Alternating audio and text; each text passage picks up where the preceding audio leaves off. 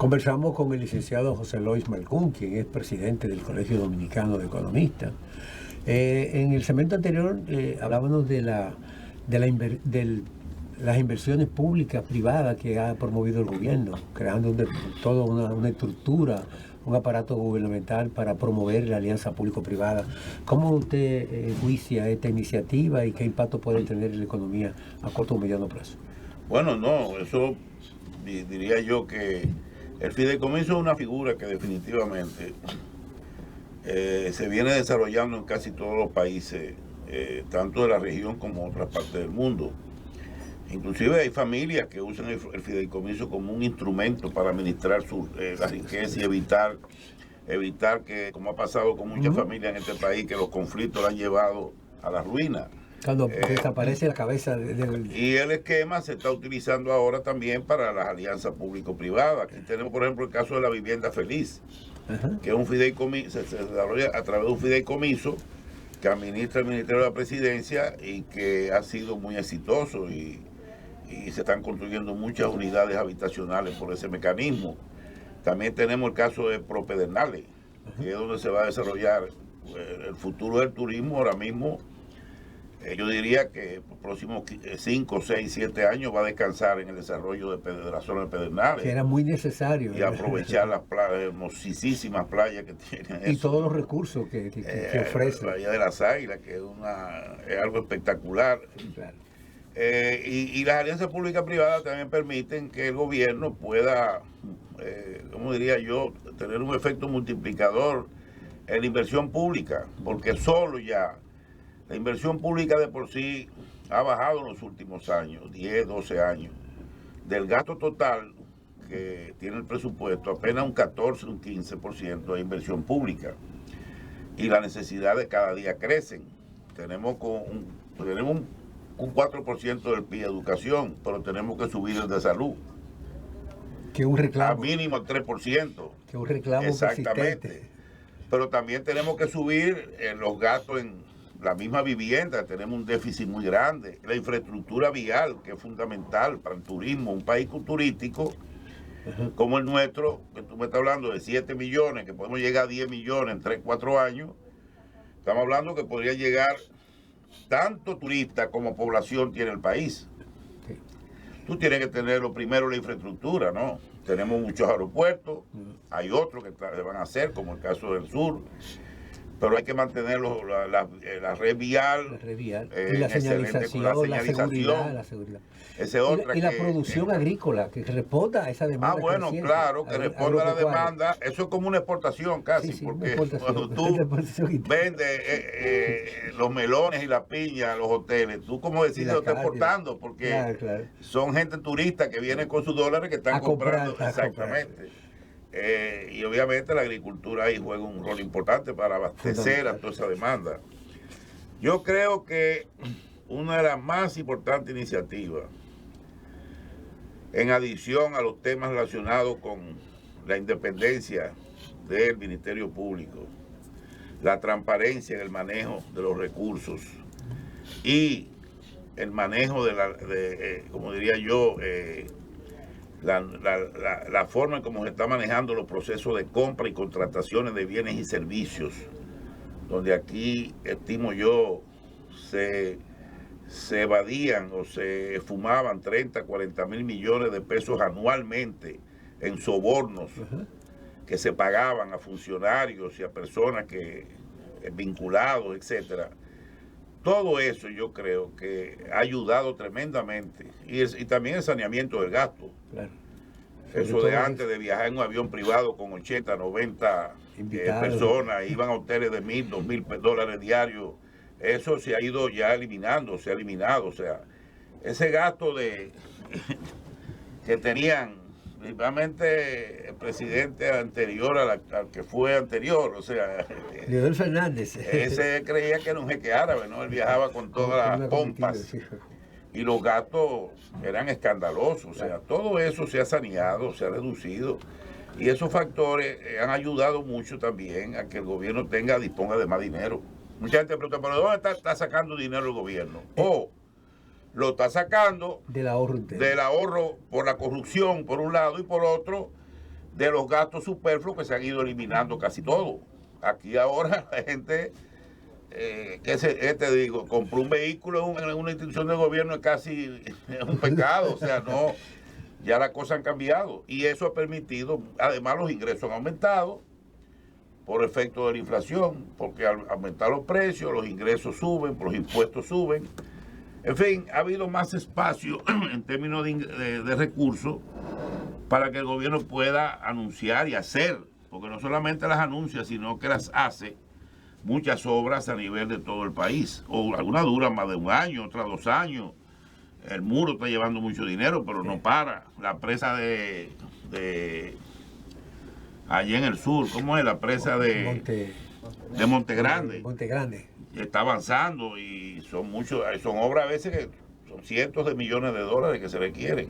La gente pregunta de dónde sale. Pero también también hay obras pequeñas como arreglo de las calles. Que tiene un impacto social extraordinario. Los barrios necesitan que sus calles estén arregladas, claro, que estén iluminadas. A veces un barrio con casas modestas, digamos, barrios pobres, tú le mejoras la casita y le pones una buena calle con alumbrado eléctrico. Oye, y la vida de esa gente cambia.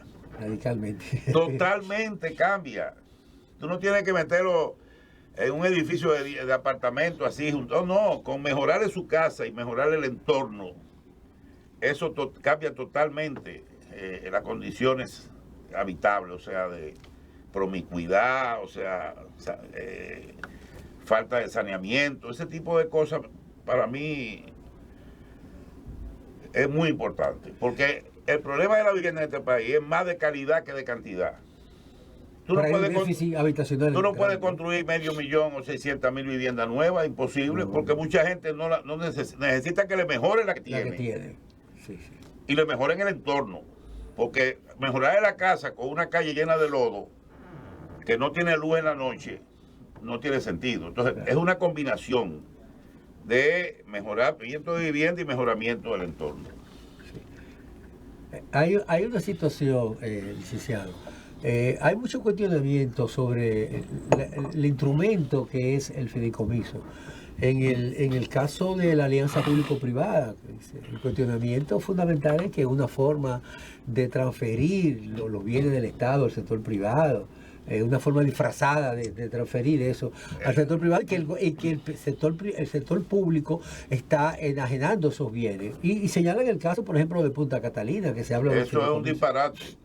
Es un puro disparate. Lo que pasa es que hay que criticar todo, o sea, y a veces la oposición en eso usa ese tipo de cosas para confundir a la población, pero el fideicomiso de Punta Catalina en ningún momento habla de traspasarle bienes públicos al sector privado, en ningún momento. Ahora, que pueda en un momento dado el sector privado invertir fondos en ese fideicomiso, ¿y cuál es el problema? Si el gobierno va a tener siempre el control, porque es un fideicomiso del gobierno estatal. ¿Cuál es el problema que invierta? Si hay que expandir o mejorar la planta en un momento dado y el gobierno no tiene los recursos, ¿cuál es el problema de que el sector privado? Nosotros tenemos una obsesión aquí con el asunto del sector privado. Y el que mueve la economía en este país es el sector privado. El que emplea a la gente es el sector privado. El 95% del crecimiento el año pasado, ¿quién lo produjo? ¿Cuál fue el motor que impulsó ese crecimiento? El sector privado. Pero nosotros creamos como una psicosis con eso y también los políticos se aprovechan de eso. Los bienes del Estado que ponen en peligro. Eso es mentira. Es un disparate. El día que el gobierno quiera deshacerse de un bien del Estado, simplemente póngalo en venta, en subasta pública, internacional, usted lo pone en venta. Por eso el fideicomiso no implica absolutamente nada de eso, no lo implica. Y eso la ley lo establece y está ahí. Pero aquí es fácil que la gente, porque el fideicomiso es una figura compleja. No todo el mundo entiende. Y poco conocida también. Sí, y poco conocida. Es un esquema, y eso de que el fideicomisario, el fideicomitante, todo eso hay que estudiarlo. Eso no es. Entonces tú le explicas eso a la población y eso es difícil de entender hasta para uno mismo. Yo he leído mucho el fideicomiso, ¿verdad? Pero tampoco te digo que soy un experto en eso. Es un tema nuevo que que tiene muchos aspectos jurídicos, intrínsecos, algunas complejidades y que requieren ciertos controles y donde generalmente está involucrado la banca, ¿no? Como a veces como garante, sí, como fideicomisario, etcétera. Es un tema complejo, pero eso permite que ciertos políticos usen eso como una forma de decir, mira, quieren privatizar tal empresa. Bueno, ¿qué se puede hacer? Que el gobierno explique y todo el mundo aclare que eso... Hay algunos también economistas que están en desacuerdo con el fideicomiso. Sí, hay muchos economistas. No te digo que todo el mundo lo está. Sí. Algunos lo cuestionan, que eso impide que se transparente las operaciones internas del fideicomiso, porque tienen reglas que muy cerradas, muy cerradas, que pudieran contribuir a la evasión o a esto o a aquello. Bueno, y hay un elemento también de cuestionamiento, es que el fideicomiso se pone en manos de los empresarios muchas veces. Son empresarios que están al frente en esta alianza público-privada. Y ya con el antecedente que tenemos de que el sector financiero controla, en el caso de la seguridad social, y la experiencia que hemos tenido con la EDS y la AFP, es hasta cierto punto lógico que surjan ese tipo de cuestionamiento, pero lo que sería una explicación rápida. Pero si es un fideicomiso como de Punta Catalina, que está el Banco Reserva ahí, que es el Banco Estatal, que es una persona nombrada por el gobierno, que va a estar al frente, propuesta por un consejo. ¿Qué posibilidades hay de que el gobierno tiene el control ahí de todo? O sea, es muy difícil que alguien pretenda, y también tiene que estar las reglas de juego claras. Eso es una ley que tiene que salir, que tiene que definir hasta dónde el sector privado puede participar, hasta dónde no, cómo va a crearse ese consejo, quién lo dirige, qué papel va a jugar el propio fideicomiso. Y las atribuciones también. Y las atribuciones. Y al final ahí detrás va a estar quién, el Banco de Reserva, que es un banco del gobierno. Del gobierno, sí. Aunque en el caso de Punta Catalina se establece en el contrato que el Consejo de Dirección puede cambiar el Banco de Reserva como fiduciario. Puede tomarse la libertad de cambiarlo. Eso quizás se ha cuestionado. Pero es una experiencia interesante, está dando resultados, ha dado resultados en otros países.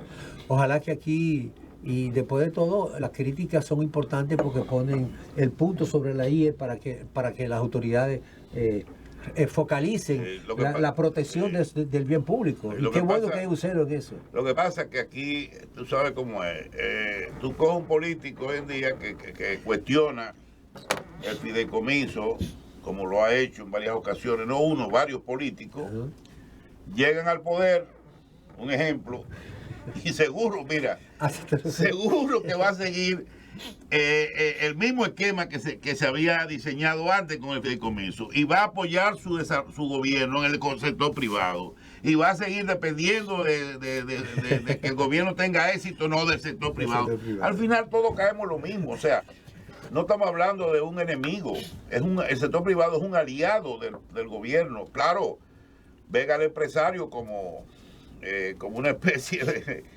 de monstruo que quiere enriquecerse a toda costa, que maltrata al empleado, que los salarios son bajos, que esto, bueno, es cierto, hay cosas que en la economía que tienen que ver con la distribución del ingreso, vamos a decirlo así, del PIB. Crecemos mucho, pero hay una distribución del ingreso que no se compadece con ese crecimiento, claro. Y los empresarios, muchos de ellos, bueno, no voy a negarlo, son realmente, actúan en forma que no contribuyen realmente con el desarrollo del país. Son ambiciosos, muy mercantilistas, no equilibran entre lo que es la parte de la justicia social. Exacto, la justicia social, pero otros no. Hay otros que son empresas que han demostrado, sí, que están conscientes de su responsabilidad social y la han cumplido. Hay de todo, pero hay que corregir muchas malas señales que dan algunas empresas, tú sabes, hay que corregirlas. Eso yo estoy de acuerdo. Bueno, licenciado, el presidente Luis Abinader cumple 2 años, acaba de cumplir 2 años, ya estamos en el inicio del tercer año de su gestión, de su administración. Y se han logrado muchos avances desde el punto de vista económico y de desarrollo del país. ¿Cómo usted ve la perspectiva de la gestión del presidente para los próximos 2 años? ¿Cuáles medidas qué recomendación le haría a usted para mejorar la situación de la economía o enfrentar cualquier desafío que por las circunstancias internacionales puedan afectar la economía dominicana? Bueno, mira, yo te voy a decir una cosa. Yo generalmente, cuando voy a un programa, yo vengo bien documentado con las cifras que hay, tanto a nivel internacional como a nivel local. Si yo tengo que decirte a ti que hay un dato en la economía dominicana que no me gusta, te lo digo. Si hay otro que sí está bien, también lo digo. Yo realmente entiendo que la economía dominicana, uno lo analiza hasta agosto, es una de las economías con uno de los mejores comportamientos en toda, yo la comparo a todos los países, desde México hasta Argentina, e incluyendo Canadá, Estados Unidos y muchos países de Europa. China este año está creciendo en 4.3. Sí. China va a cerrar con menos de 4, de 5. Sí. O sea, nosotros vamos a crecer más que China. Eso, ¿cuándo se había visto eso? Entonces, cuando yo uso la cifra, como te puedo decir, mira, la inflación todavía está muy alta. Tenemos que bajarla. Es una de las más altas de América Latina. Estamos en 4º, 5º, 6º lugar. La hemos bajado, pero hay que forzar para que baje más. Y estamos teniendo éxito en eso. Pero es un tema que todavía pesa. Porque el dominicano, cuando va a comprar en un mercado, un supermercado, tú no le puedes decir, este maldito gobierno, que los precios. Digo, mire, hermano, espérese, eso no es el gobierno, eso es la inflación aquí viene por fenómenos externos. Espérate, no me diga no me hable de disparate. El pollo me está costando 90 la libra y antes me costaba 60. Sí. O sea, la gente lo que ve cuando va al supermercado o al mercado, que los precios han subido mucho. A pesar de la apreciación del peso. Aunque sabemos que está pasando en el mundo entero. Estados Unidos está vuelto loco, porque el americano nunca estuvo acostumbrado a una inflación, hace años, bueno, por lo menos años, hace 40 años, la inflación del 1,5%, 2%, y se le dispara un 9.1%. El año pasado. O sea, eso para ellos es algo como vivir en un mundo surrealista. Entonces, de manera que Europa está en un 9.3 en este momento. Wow. Agosto. En Estados Unidos en 8.3 en agosto. En América Latina hay países que están en un 10, en un 11, en un 9. Hay algunos en un 7, en un 5.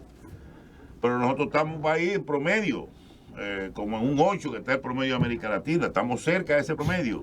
Entonces, ¿qué te digo? Todos estamos sufriendo el efecto de la inflación, el mundo entero, por un factor que está fuera del control. Por eso hay que luchar por controlarlo, y el único instrumento es la tasa de interés. Y desmonetizar la economía, recoger el dinero que se puso a disposición del público cuando la pandemia. Recuérdate que se monetizó la economía. En Estados Unidos mandaron millones, cientos de millones de cheques. Eso nos ayudó a nosotros también con la remesa. También con la remesa. Y eso subió la deuda pública de 80, 85% a 115, 117% del PIB en Estados Unidos.